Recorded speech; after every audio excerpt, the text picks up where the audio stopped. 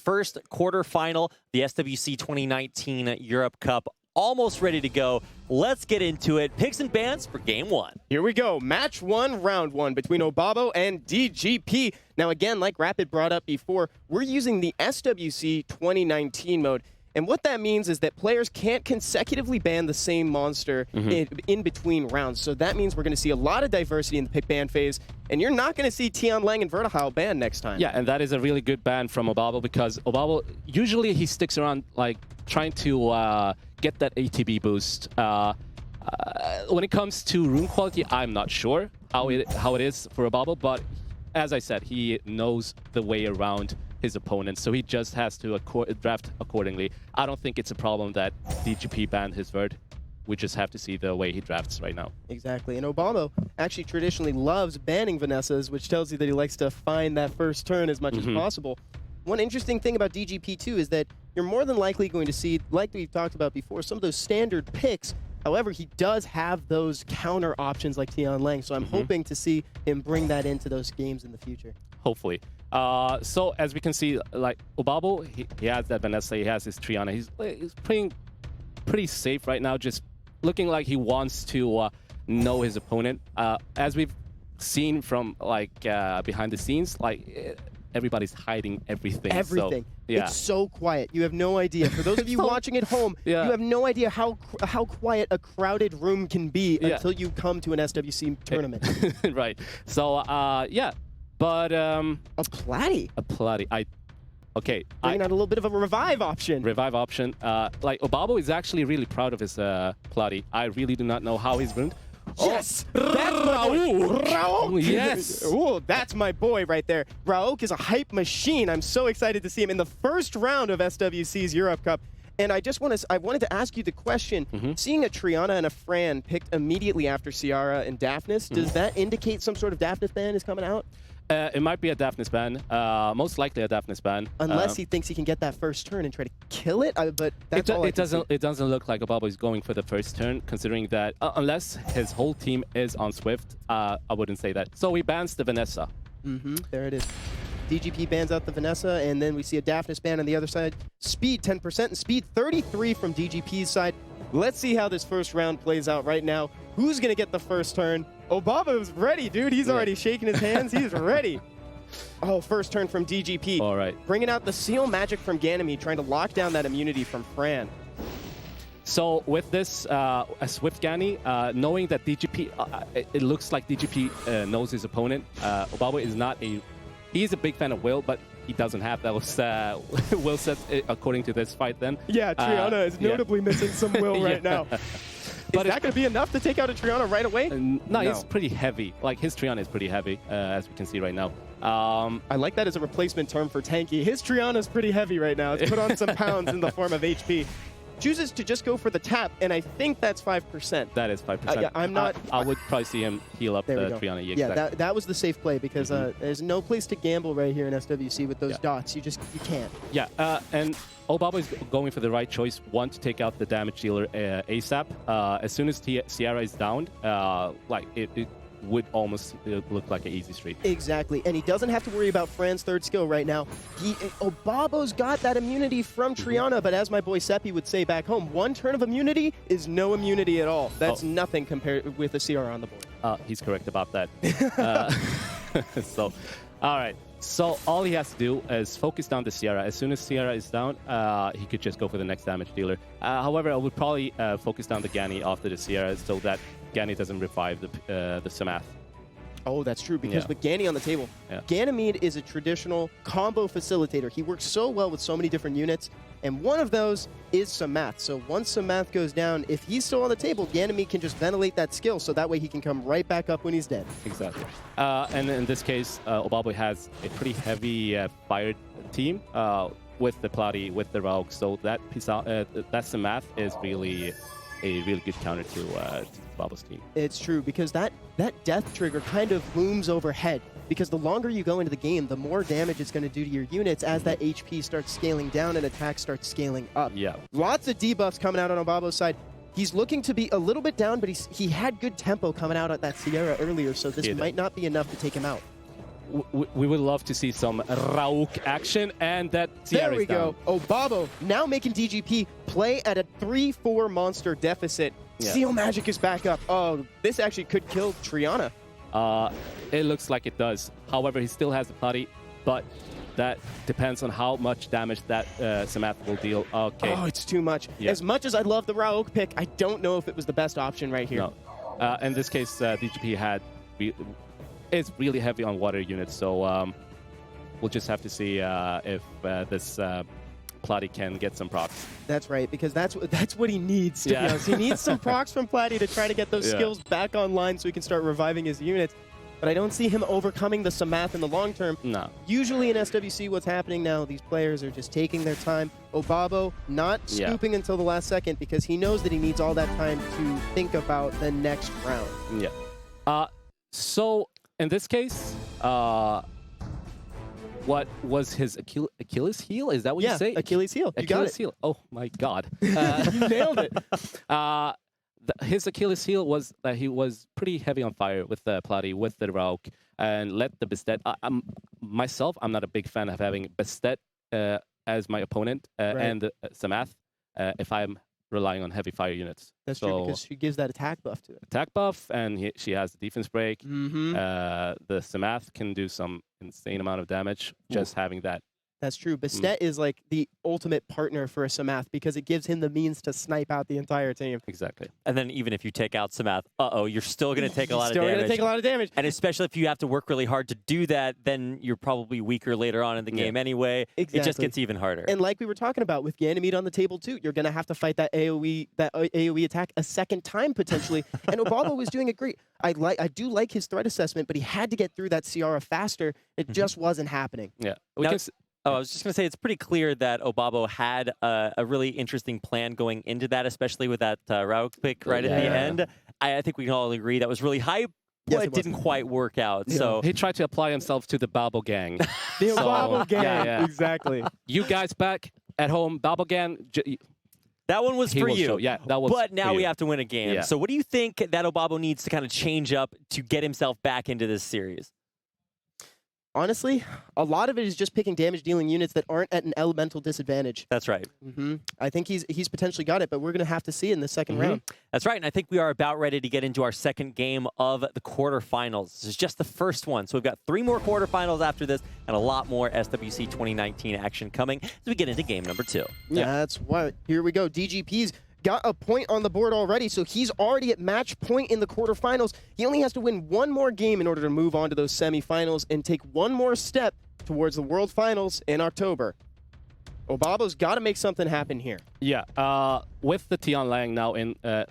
Obabo, really, the reason he banned the Tian Lang in the beginning of the first game, I just think it was like some kind of a threat assessment because he usually doesn't have any issues dealing with the Tian Lang.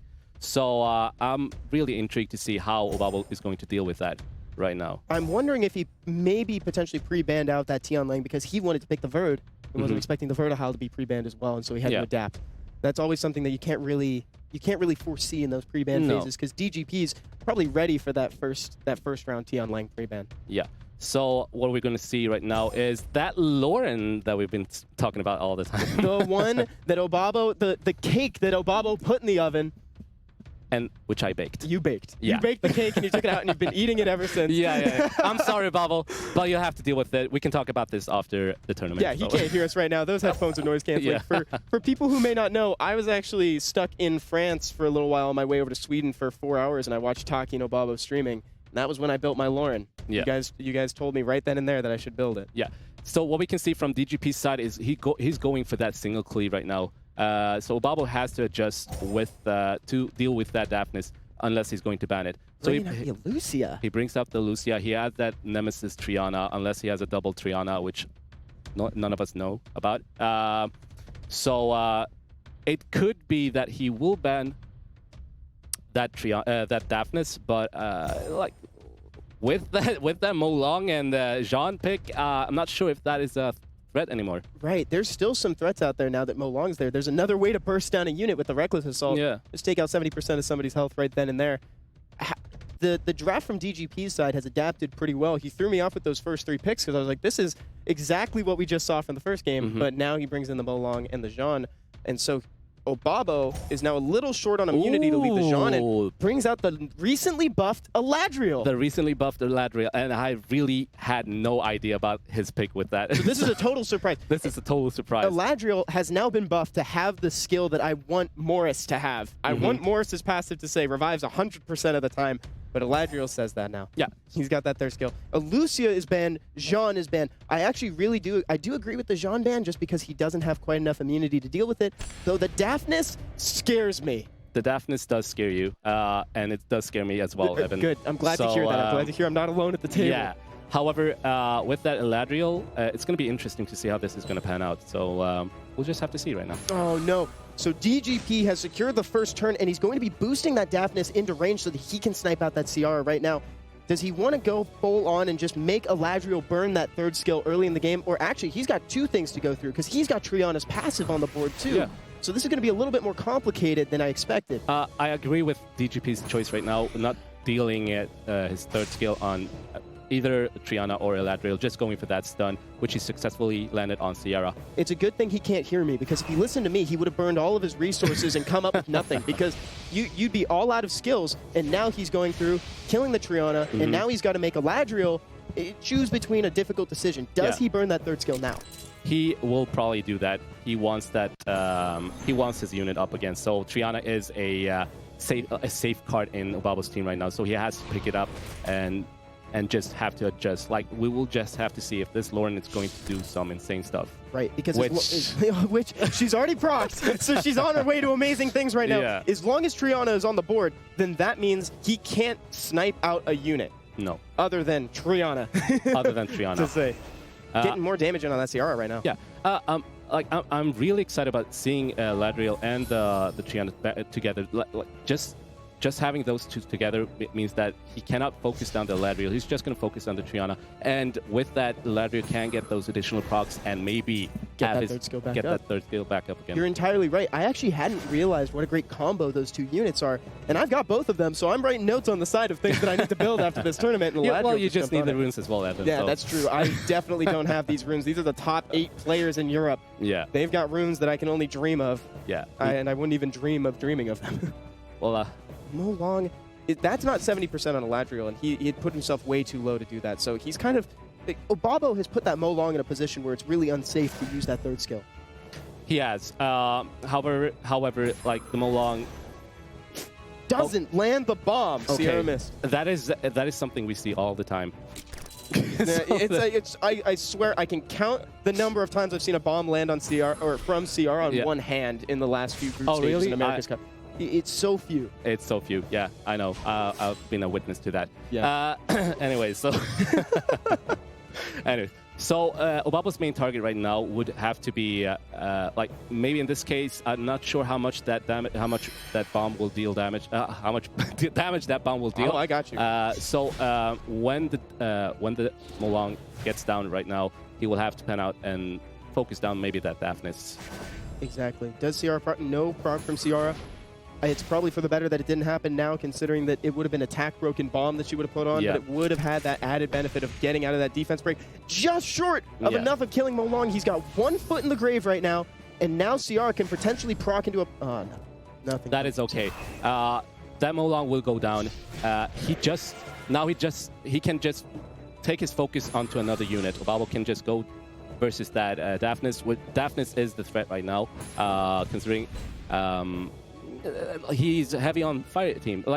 He's heavy on wind units. So would you recommend throwing a bomb on Daphnis and detonating it so it stuns him? Because he's about to take out either Triana or You Lauren. were right on the money, Evan. Awesome. Thank you. But he didn't get the stun. So, but he still has his Lauren. He can just finish it off. He's still got the cake that decides when units aren't allowed to move anymore. Yeah. One more time. I love to bake it. So. Yeah. There we go. Lauren is already putting some slows down on Daphnis, keeping him from getting a turn. And he quickly here. Triana puts another kill on the belt, scratches another one in. Can you believe that? Can you believe? I've never said this before. Having Eladriel winning a game with Eladriel. Right? Yeah, Eladriel's getting kills, facilitating combos. I'm actually going to have to build one of these shortly afterwards. Yeah. So what we can see here, like, Obabo has the upper advantage here. I would guess in this case, DGP is just taking notes. Like, okay, so Eladriel. Thinking about that next game because that Eladriel. Okay, that was pretty like that. He countered me so hard. Thinking about the viability of banning out Eladriel in the pre-ban phase. No, in this case, he would probably just have to adjust not picking the same team because Obabo has this Eladriel. What an amazing combo. That's the sort of thing that I love seeing from Obabo. Putting one more point on the board, putting both players at match point. That's actually incredible to see. What a sick comeback there from Obabo. And I don't think that's, that came from the place that, we were talking about. What does he need to do to come back?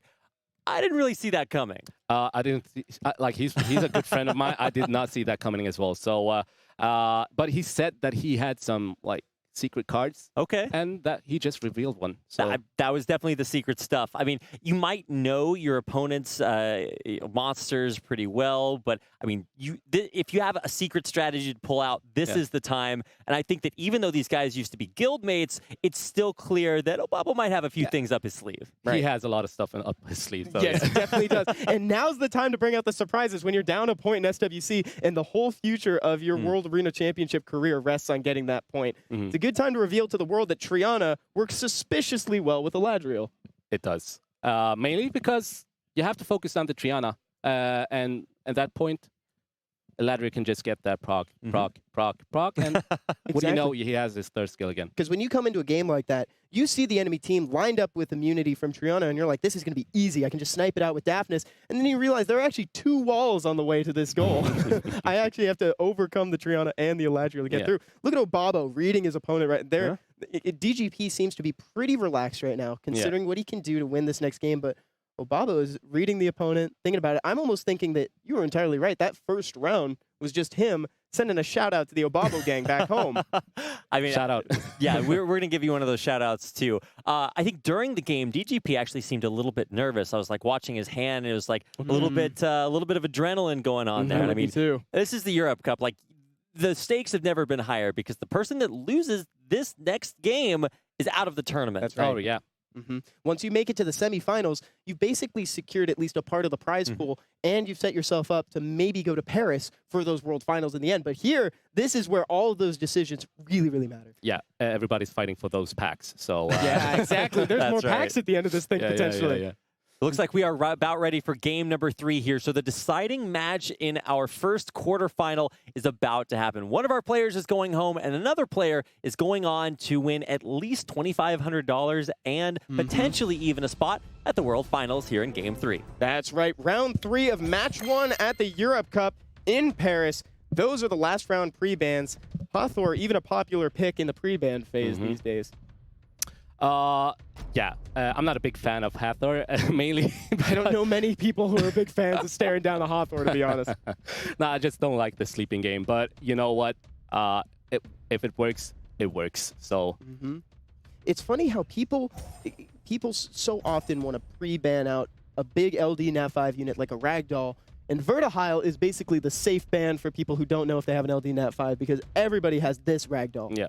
I mean, I'm just going to go back to the word connoisseur. I was a connoisseur of pre-banning. Back when we had Special League, that's right. Pre-ban, I usually banned Gianna, mainly because I had no clue exactly if, like, I think I had too much trust in myself that I could deal with it. So, with the rest of the team. So, yeah.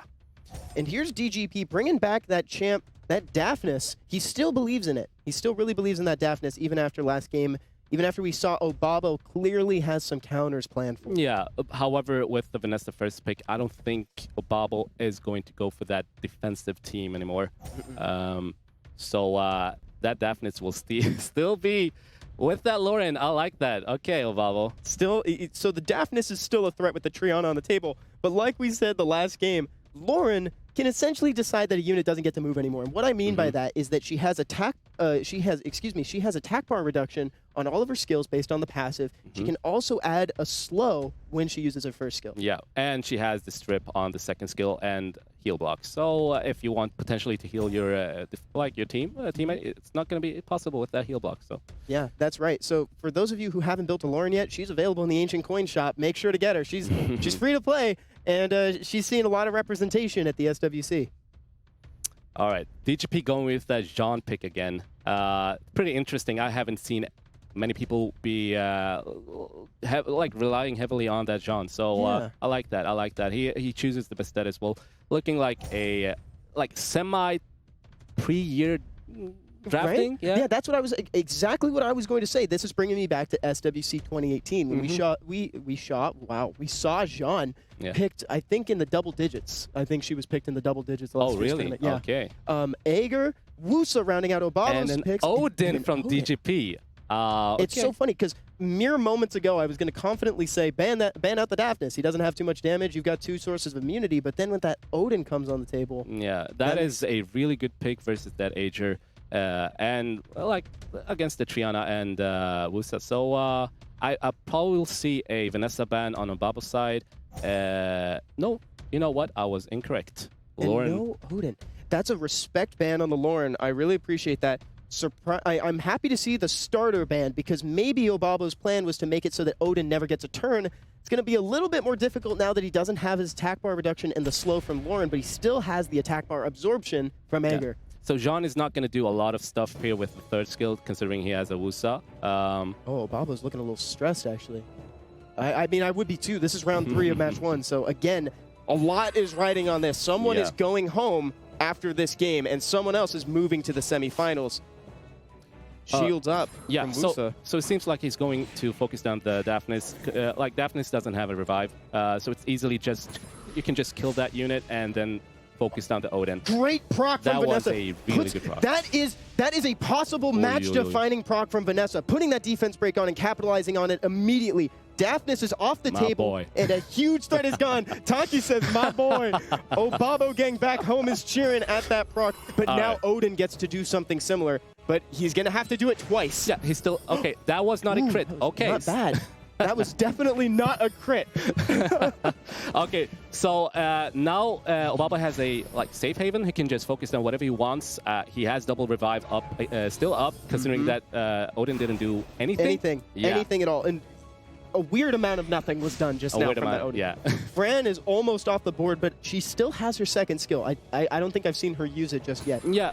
Going for a little bit of turn cycling right now, possibly trying to get that invincibility on board, but Fran is just about to take a turn, so I don't think that it's worth it to use that right now. Choosing to go for the heal and getting the added benefit of an additional turn. So Fran is up, getting an additional proc.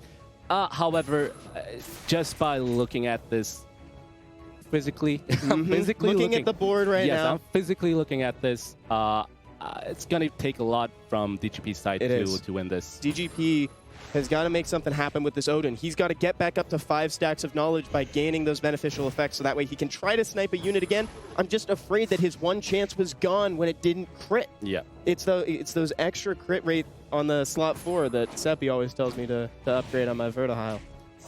I mean, Obabo is a big fan of not having crit rate as well, so, you know, something I struggle with. Yeah, come see, come saw. Perfect, because we're in France. Back up to 5 stacks. A unit died, so he gained 3 stacks of knowledge immediately. The only thing is, he's got to do this twice. Triana's passive is up, and Vanessa's passive is up. So no matter who he kills, this is not truly going to be a kill. Boom. Chooses to kill Triana. Vanessa's back up again. Popping Vanessa's passive. I mean, Triana's back up again. So. Triana's immediately back up. This is looking like a win for Obabo right now. And it's important to note that this is not Bulwark's passive. He doesn't gain stacks of knowledge from the enemy team. No, it's not. However, he gets stacks from killing a enemy unit and from a ally dying. So it wasn't a bad pick. It wasn't a bad pick, but he had to go, as soon as Daphnis died, he had to go through so much hassle, and Odin is not enough to deal with this team Obabo brought to the table. That's right, and Sleep was just icing on the cake there. There wasn't going to be too much going on because of Triana's passive. At most, Obabo would have lost to Triana. Unfortunately for DGP, that's going to be the end of his SWC career once this Odin is off the table because it just burned all of those stacks of knowledge. And Obabo is just riding this one out, remaining respectful, not putting it on auto, even though I think that he very much could if he wanted to. He doesn't need to. They're respecting. That's the European way. This is sportsmanship. This is good sportsmanship from Obabo. Obabo moves well done. on. He moves on.